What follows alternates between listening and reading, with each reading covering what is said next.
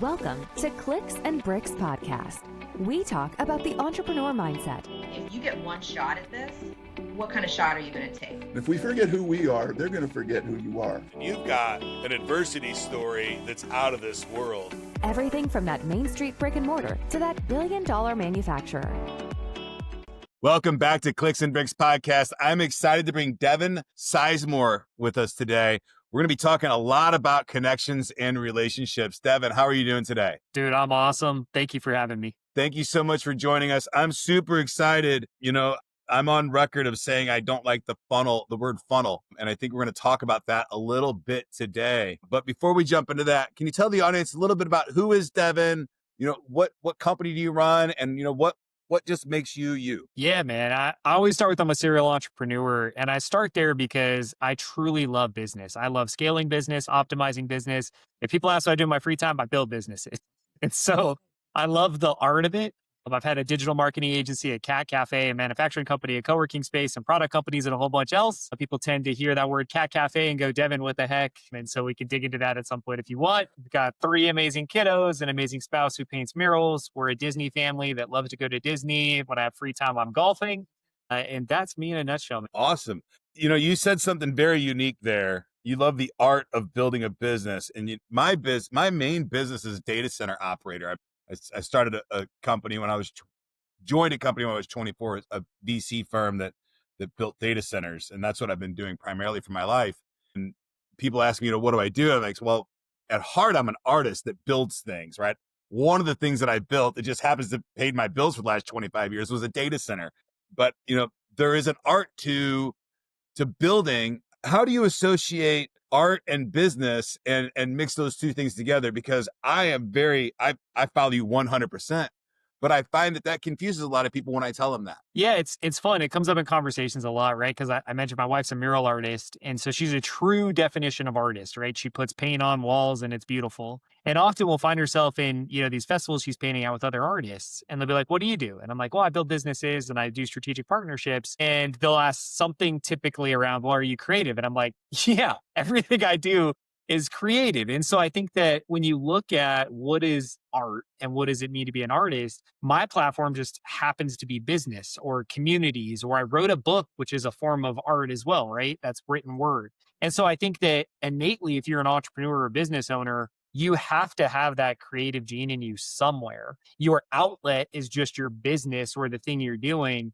And you probably have multiple outlets. Like I said, I speak, I wrote a book, I host a community. All those things are different outlets for different sets of my skill set that all could be brought back to some form of art. Absolutely. And I have to go back to, you know, we talk about musicians and they're like, well, I'd play music no matter what. And well, I'm going to build things no matter what. Like, it just doesn't matter the outcome for me. It's the joy of building and creating something new that didn't exist before, which is, you know, part of the reason why I like to create unique things and businesses that do something a little bit different. And I think that is so important for the age that we're going into, right? With AI and robotics, to being able to create something. What is your take on, you know, the businesses of the future adopting that, you know, the art of the start and how to steal like an artist kind of mind frames? Yeah, I think, again, I just want to ground back to creativity. I think that AI is enabling you to be creative, right? And how you're systematizing and building processes and optimizing your business. If you're a business that's either launching or you're established and growing and you're not being creative, meaning you're not innovating, you're not pushing boundaries, you're not optimizing, your business is dead. You just don't know it yet. And so like, you've got to be leaning into these tools. Now, don't just jump, right? Actually understand your business, where you're at, where you're going, and make sure it fits. But you've got to always have your head up on a swivel and be looking. And that's the whole idea of, right, working on your business, not in it. And so often people are stuck in it, right? Just put out fires, check the boxes, get the to-do list done. That's great. I'm glad you had a good day. But if we don't get in the helicopter and hover up a little bit, all this stuff's going to kick your ass, right? Like, you're going to get beat up by AI. The world's going to go too fast. Man, you've got to get your head up. You've got to be looking on the business. I just happen to do that in the world of connections, but you do it in all aspects of your business. Awesome. Devin, before you built systems and strategies, how did connection feel to you personally? And was networking ever scary, awkward, or draining? Oh, it's such a fun question, man. I love talking about networking because I think, man, just like people feel dirty when we bring up the word networking. I just do. Like, it's funny. I'll be in meetings and I'll bring up networking and you just feel people like they want to take a shower on the call. You're like, what are you doing? For me, I'm naturally an extrovert. I love being around people and I innately just love conversation. I have a journalism degree, so I love asking questions. What I found though is how networking done, I don't think it's dirty. I think it just pisses me off. I think that when you show up to a virtual networking meeting or a physical one and the whole room's trying to hard close you and find prospects, I think we've destroyed the actual art of networking and what it's meant to be. It's meant to build relationships and connection. Yet so many people are going in there hoping they're going to close the next deal today in this meeting. And so, no, man, I've always loved it. I just now, and my passion is helping people who don't like it, and helping people who are doing it a lot but not getting results change the way they do it so they can actually get results. Absolutely. It's wild. I networked a lot when I was younger, and it led to an alcohol well, it didn't lead to, I had my own alcohol problems, but I remember, 20 years ago, networking was happy hours, a lot of happy hours. I turned them into mornings and breakfast too frequently for myself. And then B&Is were like more breakfast. Like we would go and do things together. And when I do these meetings now, it's kind of like a round table where we just kind of stand and it's like a pitch competition almost. And I'm not sure what happened there. And I know that's what it's like in St. Louis for the ones that I've attended. And I don't know about other places, but I would like to see that the networking groups get back to some kind of activity that we're doing together. Even some of the conventions that I've been to recently are just not about creating connections. They're about selling you the ware. I find that very disheartening. Love to hear your take on the changing landscape of what this network marketing has, or not network marketing, but just networking in general. Have you seen a shift over the past 10 years? I find it's getting worse, and that's why I'm on a mission to make it better, right? Is a lot of fast-paced networking, virtually especially. People are really trying to figure out virtual networking. That's a whole nother problem because you don't have the physical contact. You can't break away.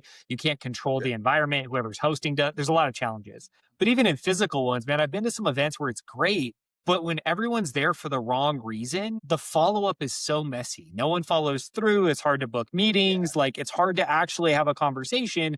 And so frankly, it's like a good waste of time. And so I think that again, we've got to stop selling and start connecting. And we have to stop growing our business targeting clients. Both of those things are very controversial to a lot of people, but that's how you build a network. That's how you show up to these meetings. That's how you build relationships. Is like there's value in every person in the room. And I hate pitch fest. I hate going to conferences where every person on stage is selling the next thing and there's no downtime to connect with the other attendees and the speakers don't blend into the audience. When I'm on stage, I don't sit in the green room. I sit in the audience. Like I want to know people. I want to hear what's going on. I want to be part of it. So yes, it has to change. There's still people doing it wrong. Yeah. What we're doing right now is my favorite kind of networking. One-on-one, getting to know each other and understanding each other's business a little bit better. I've not been a fan of the B&Is in a long time. It's been disheartening for me. And I don't go to happy hours anymore. But we'll see what happens there. What's a moment in your life when a single connection changed your trajectory, not including your wife, when you realized networking isn't just transactional, it's transformational? Yeah, dude, this is so fun. This one I like to answer in seasons because I think it's relatable for people. And so in different seasons of my life, there's always been a connection that has opened the right door at the right time, right? So in one season, when I'm scaling my marketing agency, it's meeting a mentor who happened to have an 8-figure agency then and helped me scale a 7-figure agency. And so that one introduction, the one conversation led to a mentor that helped me fast track growth. If I fast forward to another season, it's the mentor who became part of the inner circle and supported me during a hard moment, right? When things were falling apart. And so that one connection became that support structure that was there. And the other one I like to share is there's a lot of connections that are junk. They're absolutely trash. Yet those are the best because I share this conversation I had with this guy, Jeff. It was a rough meeting.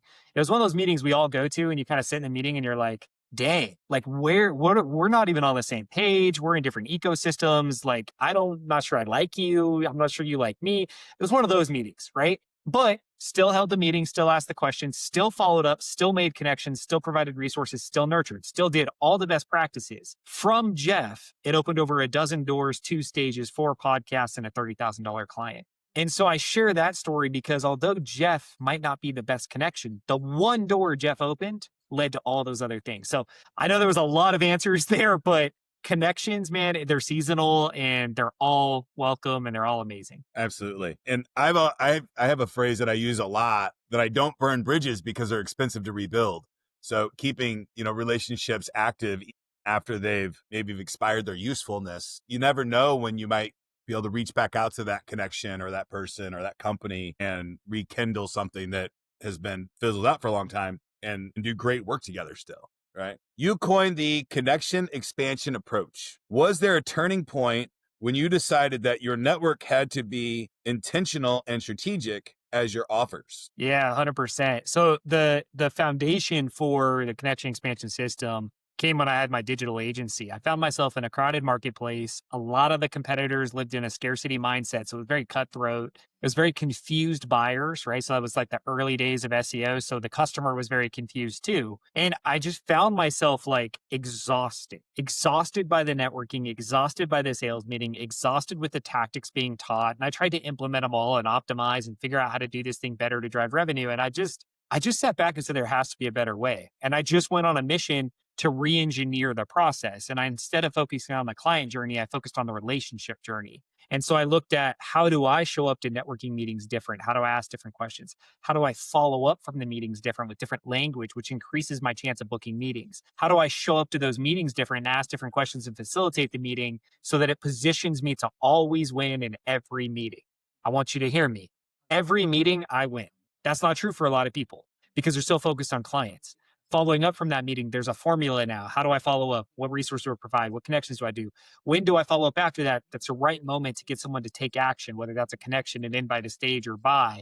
And then how do I nurture long term? And so I just slowly over the last decade have been optimizing every piece of this. And then the end of last year, I set the goal that I want to facilitate 1 million connections. And guess what?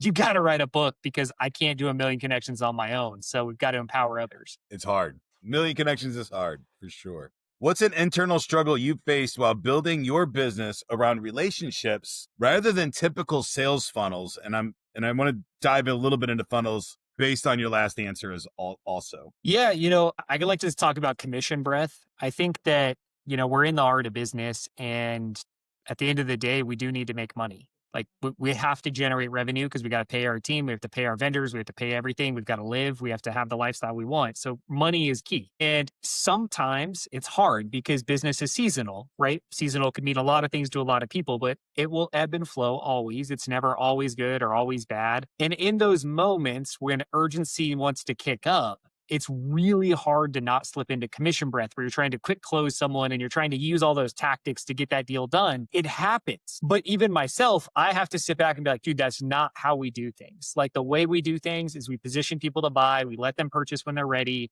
and we just nurture forever. And so that's my struggle for myself. And then going to your answer on funnels, man, everything we do is a system and we know exactly where people are at in the process. We know exactly what's next, and we don't force the next step. We nurture through the process, right? Like I said, it's a relationship journey, not a client journey. It's a very different approach to how we move through this. Absolutely. I've had people come to me for decades asking me, what would you charge to build a funnel? And I'm like, it's really hard to understand that question. And, what clicked to me is you said, the nurturing after and the forever nurturing.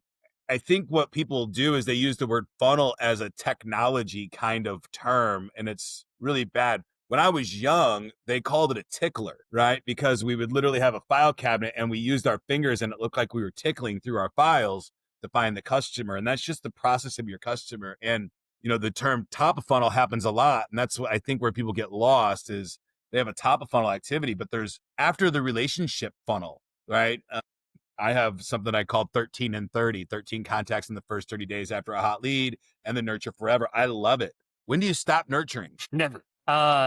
So I share this, and this is usually what sets people off on stage. There's a few moments, but this is definitely one. I have people who received my nurture email over 100 times. So every 6 weeks, we send our check-in email, and I'm going to share the script because I want people to have it. So my check-in email is checking in. How are you doing? That's the subject line. Hey, Ken, it's been a while since we last connected. I hope you're doing well. Anything new and exciting in your world? Any new challenges? Please let me know what connections I can make for you. I look forward to hearing back from you. That's it. That's the message. You receive it. Literally, I have friends and people in my network who've received that email over 100 times, and I still get responses and people still engage with it, and you're still going to get it. Even if you tell me to pound send and never follow up with you again, I'm probably still going to send you the damn check-in email because I'm not selling you. Read the email. The email is all about how can I help you and what's going on. That's why I can nurture forever, because my nurture process is not selling you the next thing or educating you on why I'm amazing. It has no ego attached. Right. So I just want to give one more tip there on the nurture. The nurture forever is you're sending the same email out all the time, which is great every 6 weeks. You can leave the contacts in your funnel as a nurture campaign. And just when new things come up, you can send that out to them, right? It doesn't have to be, it should be something systematic on your database of potential aware clients that are aware of your business. You should have some kind of newsletter or something that goes out to them on a regular basis. But if you don't, at least keep them and send them holiday notices or something, right? Just keep top of mind of them. Yeah. If you take the time, like this is something people need to hear, right? If you take the time to get their information and you took the time to warm it up, they got to know you, you got to know them, then why are you doing nothing with it? So at a minimum, send a damn newsletter. Do I think that's the best play? No, but at least touch. It's a touch, right? And then, go to wow moments like you talked about. Birthday, hobbies, things that align with those people, and just drop a wow, right? Send them a gift card, say hi, drop a letter in the mail. If you have a book, send them a book. Whatever it is, like if you're going to take the time to build relationships, why did you stop? I don't understand. Yeah. And just, it's at the end of the day, it's just being a decent human to them. That's all you have to do is just be a decent human to the people that you've collected their contact information to. Reach out to them in a genuine way and see how they're doing. I think for me, understanding the value of those people sitting in the database that I've collected a lead, and business owners today, I think they have this disease that thinks that if I can't close my lead in the average time it takes to close a lead, they'll never buy from me. Where does that come from? I'm laughing because I've been working on a sales presentation. I have a whole slide just on this because it's so true. And if you look at sales tactics, this is the problem, right? Is there's a lot of like urgency to close, hard close. And a lot of companies have built their organizational culture around selling, around this idea that we get you in, we move you to the next step, we close you. If we don't, we move you out so that you don't take our time so we can focus on people who want to buy. It's very common. What's interesting is my biggest deals and my best friendships, my biggest mentors typically come from the people I nurture the longest that show up way later. And so I think people are missing a tremendous amount of revenue. I think in your current database, you probably have 7 or 8 figures of revenue you don't know exists because you're so focused on the close, you're missing the podcast opportunities, the stages, the partnerships, the friendships, the inner circle, the referral partners, the connectors, who their friends know, who their friends' friends know, who their brother is, the cousin knows, what they did before, what they're doing next, what else they own. Like you don't know anything because you're so focused on selling, you've missed all the other stuff. On that slide, the next slide, I share this. I make 3 guaranteed connections for everyone I meet on a one-to-one meeting. What's interesting is 3 weeks later, I check in. That response email, it's so fascinating because a lot of the time people reply and they go, great conversations, amazing humans. They all booked meetings. So super positive, but I didn't see a path forward or they're not rated by my thing. So that's fascinating. And so what I do is I go and look at those 3 people and how many connections they gave me. I track the chain of connections and I provide a very rough report. And so the one I sent yesterday, he sent the same thing. It was actually 5 connections. I went through the 5. It turns out those 5 people have referred me to over 20 people, a stage, a $50,000 client. Like the list goes on and on and on. Same 5 people. So your approach is killing your opportunities. Wow. That's absolutely amazing. I'll tell you that I'm working on a deal right now. Might be the biggest deal in my life on a contact that's been in my database for 25 years. We don't do business together right now, but I think we're going to be doing business together and it's on an enormous scale. So I could not agree with you more to stay in touch with those contacts in some way. It's really, really important. And you just don't know when somebody you've been dealing with gets an executive position at a new company or, people's lives change all the time. And if you're connected to them, then their opportunity can be your opportunity also.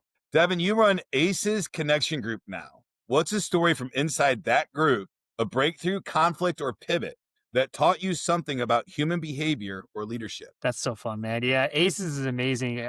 I'm hyped up. So we just came off our Connection Blitz meeting, which is a once a week virtual networking. It's how I meet new people, and all of my members get access to the same meeting. By the way, ACES is free. So let's just let that be clear. Like, we're not selling anything. We're inviting you in. On the Connection Blitz meetings, we do networking different. And what really, really motivates me on those meetings is when we go around the room at the end and we ask, did you get value out of today? What are your next steps? And every single meeting, someone in the room says, I hate networking. I'm really struggling. I feel intimidated. I'm not comfortable in those environments. And this call was amazing. And I made amazing connections. That's it. Done. Like, I'm good. Like, check the damn box, because that's what I'm on a mission for, is like, I want to create a safe space where whether you're a college kid or a billionaire, you can come in, you're welcome, you're treated the same, and you get to connect with people. That's why our tagline is real people having real conversations, making real connections. And so inside the group, man, that's what we see all the time, is people having these little breakthrough moments and how they're building relationships, how they're approaching networking. And those little moments are the things that unlock and empower them with confidence to grow and do more. I love it. I'm going to try to frame this next question around art, because I like that thought process. And it's something that I'm dealing with in a very real way right now in my life. A lot of people think that art is this form of expression that's freedom and kind of letting things flow in any way. Something that I'm learning about art in a very real way is that for it to be digestible to the masses, you really have to kind of structure it down. And in that process, it feels like it kind of loses some authenticity. And many people think that relationships should be authentic with no agenda. You flip that. What's a time that you leaned into having a strategic ask and it backfired or surprised you in a positive way? Yeah, this is so fun too. If you don't have a game, if you're not playing a game, you're missing out. Like, you're sitting on the sidelines, or you're letting whoever you're meeting with play their game, right? And so who's in control, right? Who has the ball? Who's in control? And so my breakthrough moment is, I would do what everyone typically does. Probably, Ken, what you've done in moments, right? People ask, hey, Ken, who do you want to know? And you default to an ideal client, because that's what we're taught. And what I realized is I stopped telling people that's who I wanted to connect with. They know who I serve. In my answer, I said, this is what I do. This is who I serve. But when they ask in the moment, like, hey, who can I connect you with? Or who do you want to connect with? I shifted. And I just tested referral partners. And I started saying, back in the digital agency days, you know what? I would love to meet with ad agencies, because back then ad agencies didn't mess with any of the stuff we did. And all of a sudden I got connection after connection after connection after connection, because there was no friction of sale. That was a breakthrough moment. And now today, that's what we do. People ask who you want to connect with. I always answer with a vendor, an opportunity, an educator, a group, a place where my clients get together, never the client, because all of those things empower connection and make it so much easier to open doors for me. And so for myself, that was a solidifying moment, and damn, we can play this game differently, but we have to be intentional about what we're asking for and how we ask for it, and then we can win. I love it. Thank you for that answer. I appreciate it. How do you balance personal intimacy and boundaries with being in the business of relationships? When does too much sharing become a liability? Man, that's a fun question too. I'm not sure I've ever heard that one. You might win. I think you won for a totally unique question. I did go to school for journalism, but oh, me too. I have a degree in that. I love it. I only went for 1 year. I transferred to film school after 1 year journalism school, and I dropped out of film school there after you 2 go. days. So there's something to say. Yeah, man. I have this conversation with people all the time, and especially today. People want real connection with real people. I'm going to go back to the tagline. I start with real people for a reason. And when I say real, what I mean is it can't be the facade. It can't be the Devin Sizemore that's on social media. That's not going to work. Who you show up as at work, in the office to run your company, who you are at home with your kids and family, who you are at church on Sunday, who you are wherever you gather with your hobbies. If that person's not the same, we have an identity crisis that will break down at some point. And so I am a huge advocate for full alignment so that you can show up authentically in every situation and never have to worry about the story being told. You can just tell your story. Now, how deep you go, how much you share, there's times and places for some of it. I personally like to share everything because I think that the struggles I've had are wisdom to others. And I believe that that breaks down the walls and it allows us to be real humans and show that, like, look, I'm not on a pedestal because I'm doing anything amazing. Like, I'm on a pedestal because I just didn't quit. Right. And the pedestal I'm on is smaller than someone else's. And, I think other people are like, stop it. Right. So that's my approach, man. Just be a real human. And if you're trying to be different people all the time and put on a mask or a cape in different moments, like just stop. Just be you and figure out how to make that you, the comfortable, authentic you, be the thing that you can scale and be 100%. Yeah, I'm working a ton on that particular concept right now, and it's challenging, to help other people do that. Yeah, it's a wild world, and it's important to do. My advice there on the boundaries is just know how far you're willing to go. You draw a line in your personal life and your business life, and you can go all the way up to that line. You don't have to stay away from it. Don't be afraid of it. There's things that, I don't say my wife's name in public. I don't say my daughter's name in public very often, unless it's, in a small room. Those are my boundaries and I stick to them, and that's okay.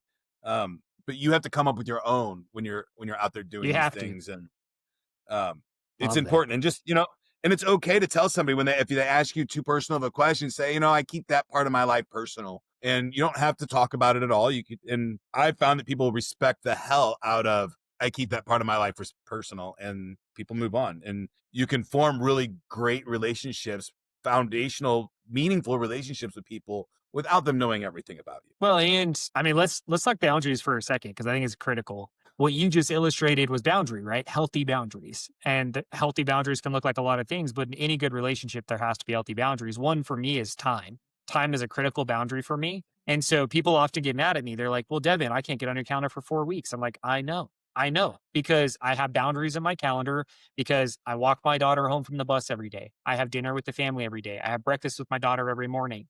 I do not work on weekends, and I'm not meeting you on a weekend. I don't work on Mondays other than office time or creating content. Like, I have always and never boundaries, and time happens to be one of them. And I'm sorry if you want to disrespect that and you expect me to call you today because you were just introduced to me. Like, we're not going to have a good relationship. Yeah. It's so important. If you find yourself getting frustrated, getting into business calls because you feel like the other side's asking too much, it's because you have a boundary issue. And sometimes that's fixed by charging them more money. Sometimes it's fixed by not having that relationship anymore.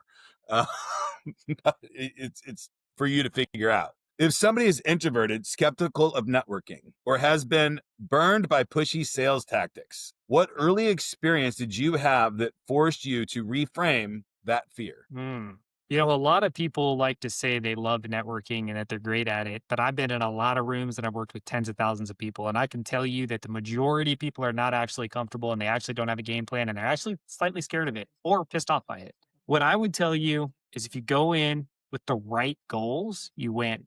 And this is, again, when I had my breakthrough moment, right? If you've ever gone to a physical in-person networking event and you're exhausted, right? Like, the world's beating you up, you're feeling the pressure of business, you're isolated, right? Which is a very lonely journey. And you're sitting in the car before you go in, and you just kind of like shoulder shrug, head back, lean there. And you're just like, here we go. Like, I'm going to get all the energy, especially the introvert. I'm gonna get all this energy and I'm gonna give it my best, right? And then you gotta like pat yourself on the back when you get out of the car, pat yourself on the back when you open the door, pat yourself on the back when you fill out your name tag, pat yourself on the back when you have the first conversation. What I would tell people is, you have to change the goal, because if you eliminate the pressure, the process is easy. If you eliminate the pressure, the process is easy. The pressure most people put on themselves when they approach networking relationship building is they've got to get the deal today, right? I got to get married today. We got to be at the altar today getting married. No. You've got to go to a room of people. You've got to meet people, and you've got to get their contact info. That's it. Well, how many people? I don't know. I don't know how many people are in the room, how many conversations I can have. Doesn't matter. I'm going to go in the room. I'm going to have genuine conversations. I'm going to meet people. I'm going to get contact info. I'm going to see how many people I can meet and how much contact information I can get. And over time, I'm going to optimize my ability to get in and out of conversations quicker so I can increase the number. But my goal is, I'm just going to go to the meeting. I'm going to meet people. I'm going to get their contact info. Because if I get their info, I can control the follow-up and I win. That's all you need to put the pressure on yourself. You don't need to go in the room to close the next deal. You don't need to go in the room with that perfect elevator pitch. Fact, most of the time when I network, people have no clue what I do, yet I still win and get their contact info. Great. Fantastic, though. I don't know how in the world marketing and networking became sales tactics. Like, sales is they all lead to new revenue, but networking is not a sales, it's a different thing. And if people don't understand that, then, then they're at the ice cream bar trying to order pizza and it just doesn't work. It's so bizarre to me. But I think bad sales managers are the cause of that. 100%. Go do this. Let's go there for a second because it's critical. And I think we need to hit the sales leaders between the eyes for a second. The KPIs you're holding your team to are the wrong KPIs. Because if we look at, and I do a lot of funnel auditing and a lot of systems auditing, and I look at people's sales cycles, it's all so driven on the sale. Okay, you went to the meeting. Great. That's a win. They should track that. Did you actually go out? Were you at the event? How many contacts did you get? How many meetings did you book? How many deals did you close? And that's it. That's all we track. And it's all these KPIs around sales. Again, the KPI, I love the idea of how many did you go to? I love the idea of how many contacts did you put into your database so we can nurture them and have conversations. Then how many connection meetings did you have, not sales meetings? And then what were the results? Let's talk through how many more referrals did you get, connections did you get, what podcasts did you go, what other opportunities were opened up, what happened, how are we going to nurture what's a long-term game? We've got to get off of just the sales cycle because you're actually forcing your team to track the wrong metrics, you're forcing bad behavior, and you're trying to quick close people, which is never a good sales tactic. And you're going to have higher turnover in the long run anyways. Yeah, let's just talk about KPIs for a second, because I just wanted to tell people what my KPIs for sales are. And if you don't know what KPIs are, key performance indicators, they should be part of your standard operating procedures in business. I just track awareness, people that are aware of my business, how many people hit the website, how many leads do we have in the funnel, total amount of leads, how many people are in contract stage, how many people are in negotiation stage, and then one lost nurture. Those are the 3 buckets they go into. And that's how I manage my sales funnels, my sales KPIs across the board. Now, each individual person might have specific stuff, like you're not getting enough leads in the door if you're not prospecting enough. So then you can kind of push those levers and understand, if you know that 10% of your contracts go to close, you have to have $100,000 in contracts out to get $10,000 in new business this month. Like, it's just that once you start building those processes and get them really, really clean, you can see the path better than most. And if you can see the whole board, you're playing a better game than others. What's a connection you haven't made yet? Something in your personal life or business life that still scares you to pursue, but you believe it's necessary for your next level. Scares me. It's hard to answer the question from that side because I am fearless, which is actually a negative. So like I'm pretty good at jumping off of whatever cliff and building the parachute before I hit the ground. What's really interesting is I pretty much confine myself into any room, opportunity, niche, or industry. Like, we're really good at it.